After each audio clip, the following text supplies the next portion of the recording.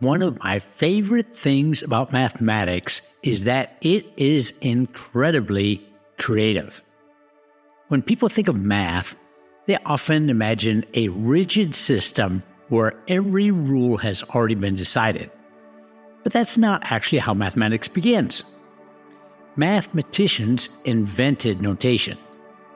We've created the definitions, and we've decided what assumptions or axioms we're going to start with. So in that sense, mathematics is an act of creativity. For example, someone, specifically think Leonard Euler, had to decide that we would use the symbol pi for the ratio of a circle's circumference to its diameter. Someone had to define what a vector is. Someone had to formalize the idea of a group or a field or even a matrix. These were not discovered lying around in nature. They were human inventions designed to help us describe patterns more clearly. But here is the part that absolutely fascinates me. Once we've chosen our definitions and assumptions, our freedom ends. And at that point, we do not get to decide what comes next. Logic takes over. We do not get to vote on the theorems we would like to be true. We do not get to ignore conclusions that make us uncomfortable. We simply follow the logical consequences of the choices that we have already made. And this is why in the history of mathematics, we have uncovered so many surprising discoveries.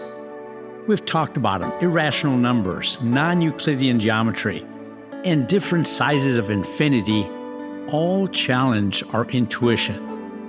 And many mathematicians initially resisted these ideas because they felt wrong. But logic did not care how anyone felt. If the reasoning was sound, then the conclusions had to be accepted.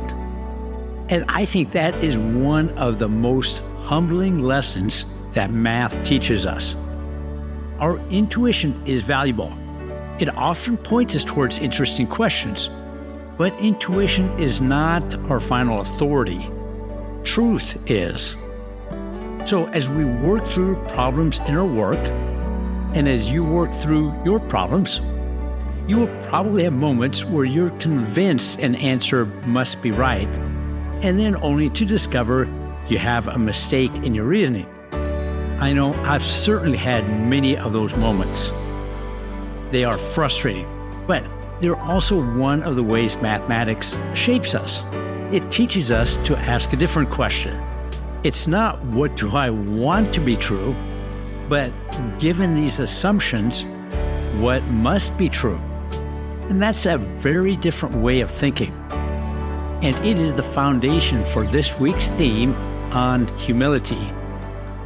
To me, humility is not thinking less of myself, but it is recognizing that once the assumptions are set, all of us, the students, the professors, the professional mathematicians alike, we all stand under the same authority, the authority of logic.